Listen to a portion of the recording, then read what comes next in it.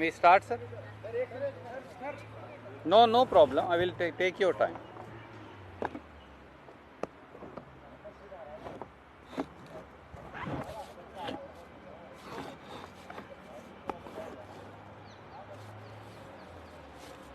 Can we start, sir? Okay. Okay. नमस्कार साथियों, आज मध्य प्रदेश में भाजपा का कार्यकर्ता महाकुंभ, जुमलों का महाकुंभ निकला। प्रधानमंत्री ने शिवराज के नाम और काम दोनों से कन्नी काट ली। 18 साल में मध्य प्रदेश भाजपा सरकार द्वारा लागू की गई एक स्कीम का नाम भी नहीं गिना पाए प्रधानमंत्री। करोड़ों रुपया पानी की तरह बहाकर मध्य प्रदेश में आयोजित किया गया भाजपा का कार्यकर्ता महाकुंभ आज हारी हुई शिवराज सरकार की तरह ही फ्लॉप शो साबित हुआ। 10 लाख कार्यकर्ता जुटाने की ढींगे, पूरे मध्य प्रदेश के वाहन और सरकारी बसों को पकड़कर लगा देना, इसके बावजूद भी कार्यकर्ता तो दूर 50,000 लोग भी जमा नहीं कर पाई भाजपा। और कई बातें तो चौंकाने वाली थी, जैसा मैंने कहा। पहली, प्रधानमंत्री ने शिवराज के नाम और काम दोनों से कन्नी काट ली। दूसरी, 18 साल में मध्य प्रदेश में भाजपा सरकार द्वारा क्रियान्वयन की गई, लागू की गई एक स्कीम की चर्चा करना भी पीएम ने वाजिब नहीं समझा, क्योंकि प्रधानमंत्री जानते हैं कि शिवराज सरकार की सारी योजनाएं भ्रष्टाचार की भेंट चढ़ चुकी हैं। और तीसरा, आयोजन के मंच पर दो झूठे नेता एक दूसरे की झूठ पर तालियां बजाते रहे और मुंगेरी लाल के झूठे हसीन सपने गढ़ते रहे कि किसी तरह से मध्य प्रदेश की समझदार जनता भ्रमित हो जाए। मध्य प्रदेश के 8.5 करोड़ लोग प्रधानमंत्री के भाषणों के झूठ और शिवराज सरकार की जनता से लूट का जवाब जानना चाहते, और उसके 5 पहलू लेकर मैं आपके बीच में सिर्फ उपस्थित हूं। प्रधानमंत्री ने 18 साल के वोटरों की चर्चा की। पहली बार के युवा वोटरों ने 18 साल की भाजपा सरकार में क्या देखा? प्रधानमंत्री ने कहा कि पहली बार वोट दे रहे लोग, उन्होंने मध्य प्रदेश में तरक्की देखी है, पर सच क्या है? मध्य प्रदेश के युवाओं ने पिछले 18 से 20 साल में व्यापम घोटाले में 23 प्रकार की भर्ती परीक्षाओं में 1 करोड़ नौजवानों के भविष्य को बर्बाद होते देखा। लाखों युवाओं ने पटवारी भर्ती परीक्षा में 15-15 लाख का पेपर बिकते देखा। डीमैट और नर्सिंग कॉलेज घोटाले में 3 साल से जहां पेपर नहीं हुए, अपना भविष्य बर्बाद होते देखा।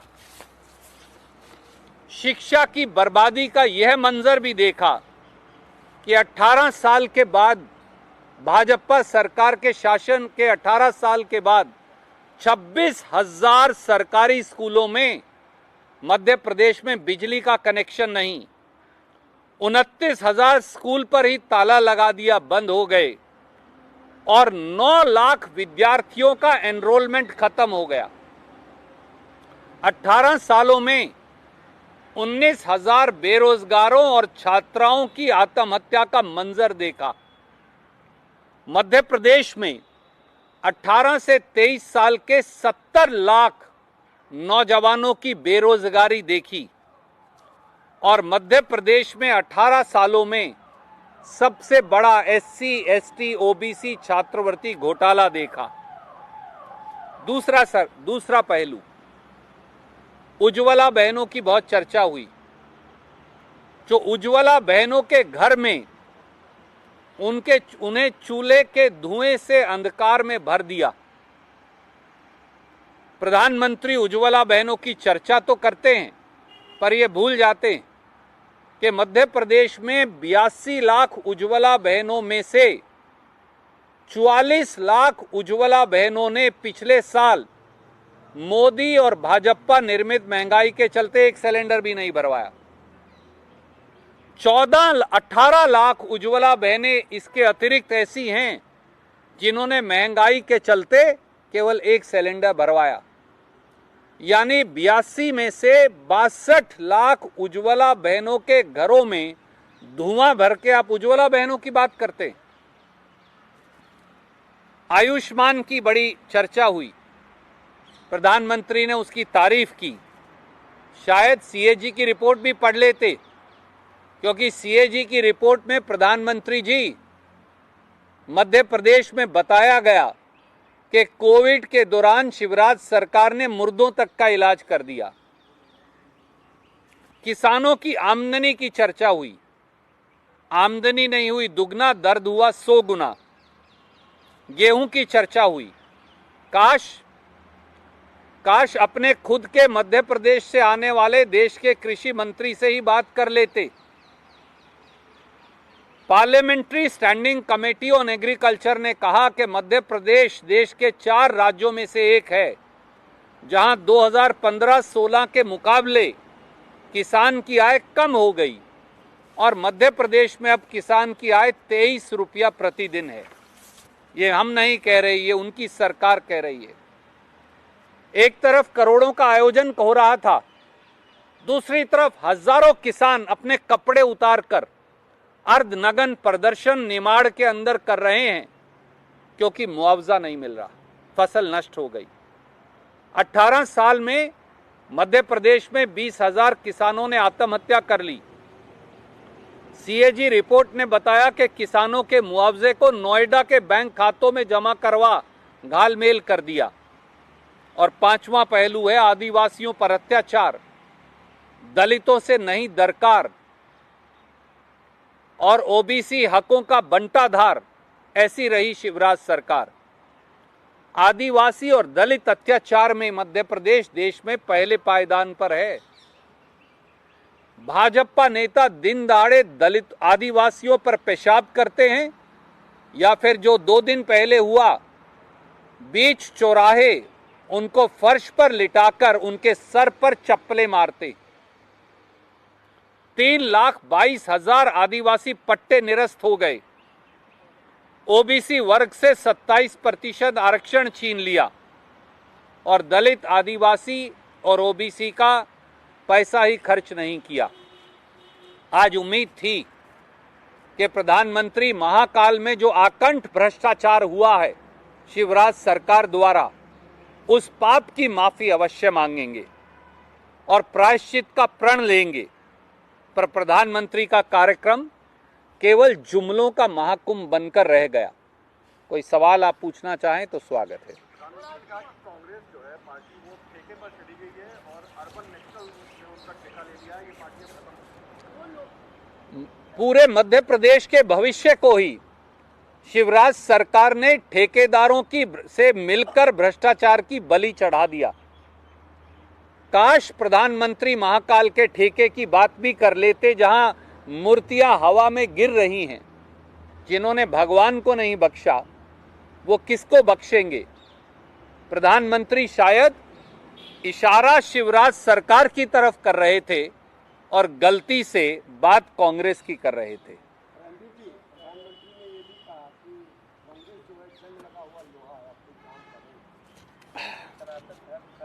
लोहा कांग्रेस का लोहा इतना मजबूत है कि कुछ बात है कि हस्ती मिटती नहीं हमारी, सदियों रहा है दुश्मन दौरे जमा हमारा। प्रधानमंत्री जी, कांग्रेस का जो लोहा है उसने इस देश को मजबूत किया है, इस देश को बनाया है, इस देश की संरचना की है। हमें चीन से लोहा लाकर मूर्तियां बनाने की जरूरत नहीं पड़ती। कांग्रेस ने कुर्बानी के लोहे से इस देश को सींचा है, सींचा था और सींचती रहेगी।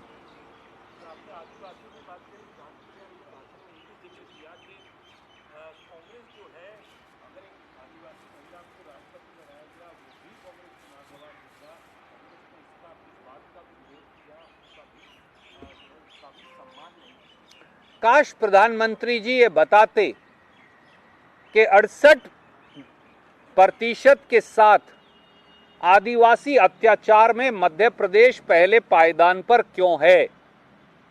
काश प्रधानमंत्री ये बता पाते कि 3,22,000 आदिवासियों के पट्टे मध्य प्रदेश में क्यों खारिज हो गए। काश प्रधानमंत्री माफी मांगते कि उनके नेता आदिवासियों पर दिन दहाड़े पेशाब करते हैं और जो 2 से 3 दिन पहले हुआ कि सर पर उनको चप्पलों से पीटते हैं, क्या ये आदिवासी और दलित सम्मान है भाजपा का। इस पर कम से कम माफी मांगकर प्रायश्चित ही कर लेते, ऐसी उम्मीद तो थी।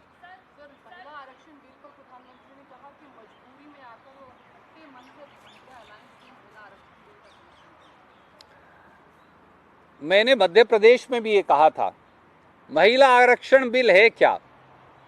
गांव में हमारे यहाँ माँ या दादी खिचड़ी बनाती है चूल्हे पर, तो खिचड़ी चूल्हे पर रख दी, बोले बेटा 10 साल के बाद आना फिर ये खिचड़ी खाना। जैसा श्री राहुल गांधी जी ने कहा, ओबीसी वर्ग को, पिछड़े वर्गों को आरक्षण क्यों नहीं, महिलाओं को, पिछड़े वर्गों की महिलाओं का क्या कसूर है। ये आरक्षण आज से लागू क्यों नहीं हो सकता। इसके लिए आप कह रहे हैं पहले सेंसस करेंगे।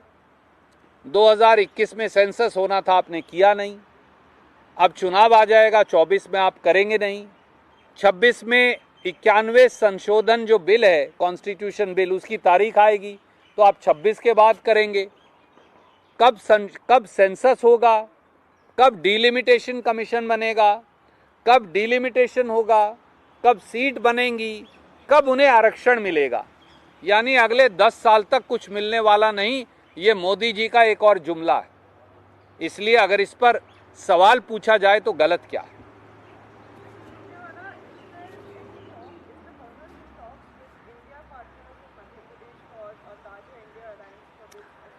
आई थिंक हमने ये पहले से ही कहा है कि मध्य प्रदेश में कांग्रेस अपने बलबूते पर चुनाव लड़ने में सक्षम है और हम अपने बलबूते पर ही चुनाव लड़ेंगे। समाजवादी पार्टी की भी सीटें देने की तैयारी है। अभी तक इस प्रकार की कोई बात चर्चा नहीं हुई। ज़रूर श्रीमान कमलनाथ जी से उनके नेता इन टच हैं। इस पर अगर कोई आगे बात बढ़ेगी तो हम आपको सूचित करेंगे। अभय चौटाला सर, इंडिया के तमाम नेताओं को अभय चौटाला ने देवीलाल की जयंती पर बुलाया था। मल्लिकार्जुन खड़गे साहब से वो मिलकर गए थे, न्योता भेजा था। तो कांग्रेस क्या उनको इंडिया लाइन पर लेने की तैयारी में है, या कांग्रेस का कोई वहाँ जाना था, गया नहीं। देखिए, मैं तो कर्नाटक और मध्य प्रदेश का प्रभारी हूँ, उससे आगे की मुझे कोई जानकारी नहीं।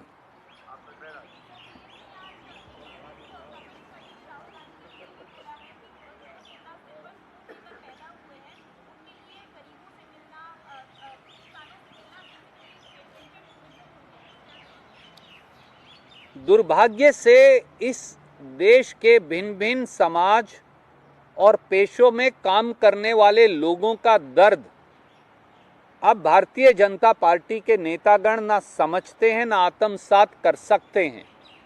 अगर श्री राहुल गांधी हमारे ट्रक ड्राइवर साथियों से मिलते हैं, अगर श्री राहुल गांधी पेशे से जो हमारे मैकेनिक भाई हैं उनकी बात उठाते हैं, अगर वो हमारे कुली साथियों की बात उठाते हैं, अगर वो देश के किसान की पीड़ा को आत्मसात करते हैं, साझा करते हैं, हाईलाइट करते हैं, तो भाजपाइयों के पेट में दर्द क्यों होता है। जो काम मोदी जी को करना चाहिए, जो काम मध्य प्रदेश में शिवराज सिंह को करना चाहिए, वो देश में राहुल गांधी और मध्य प्रदेश में कमलनाथ जी, दिग्विजय जी, अरुण यादव जी, जीतू पटवारी जी, कमलेश्वर पटेल जी, ओमकार मरकम जी, हमारे नेता कर रहे हैं। और इस बजाय इसके के तकलीफ जाने और आंसू पहुंचे, वो मरहम लगाने वालों का मजाक उड़ाकर अपने अहंकार को प्रदर्शित कर रहे हैं।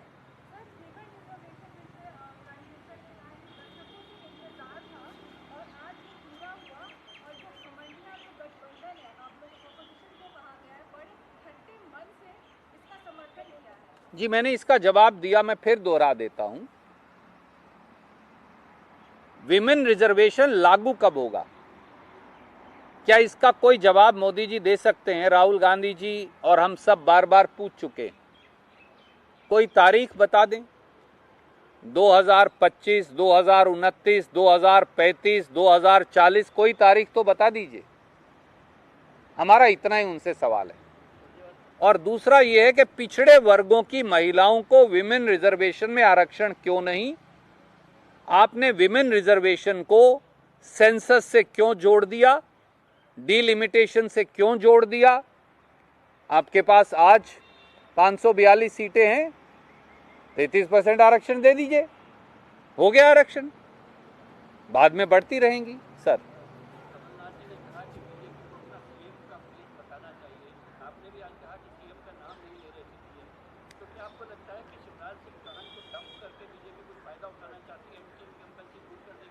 देखिए, भारतीय जनता पार्टी को एक बात साफ है और प्रधानमंत्री आज उसका इशारा कर गए। प्रधानमंत्री शिवराज सरकार के नाम और काम दोनों से कन्नी काट गए। तो ये व्यक्ति विशेष नहीं, वो अपनी पूरी सरकार की एक स्कीम नहीं गिना पाए। कितने शर्म की बात है। प्रधानमंत्री किसी प्रदेश में जाएं जहां 18 साल से उनकी सरकार हो, 18.5 साल में एक स्कीम ना बता पाए प्रधानमंत्री कि मध्य प्रदेश में भाजपा की सरकार ने एक स्कीम लागू की। क्या यह नहीं दर्शाता कि हारी थकी बौखलाई छटपटाई भारतीय जनता पार्टी ये जान चुकी है कि उनकी राजनीतिक विदाई का समय आ गया है और जैसा डूबते को तिनके का सहारा, भाजपा को जुमलों के महाकुंभ का सहारा।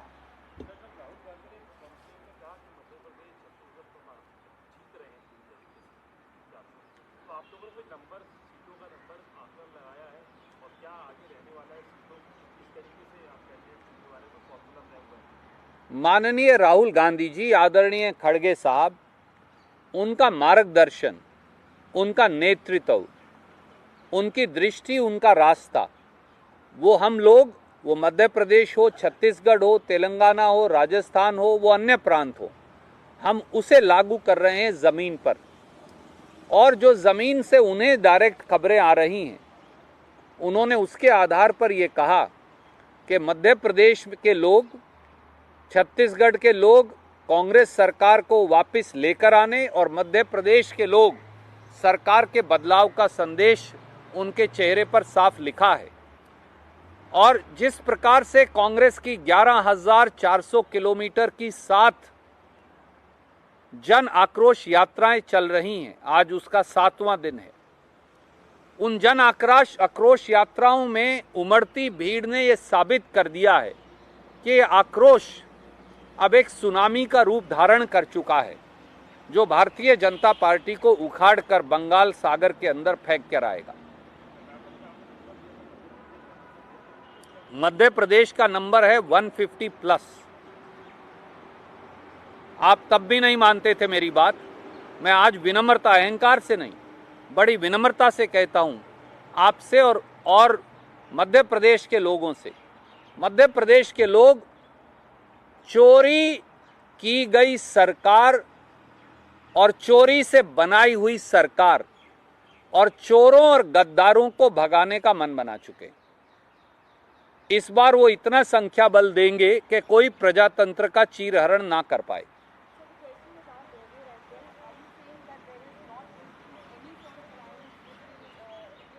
Ma'am, I think I have made myself extremely clear. The Congress party is capable of fighting all 230 seats on its own. The rest of the call has to be always taken by Shri Mallikarjun Kharge ji and Shri Rahul Gandhi ji. They, in consultation with Shri Kamal Nath, Shri Govind Singh ji, our leader of opposition, will take an appropriate call if needed.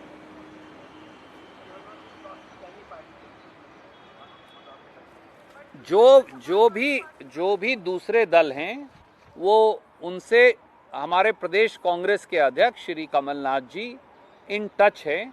जब भी कोई उस पर बदलाव आएगा आज की परिस्थिति में तो हम आपसे साझा करेंगे।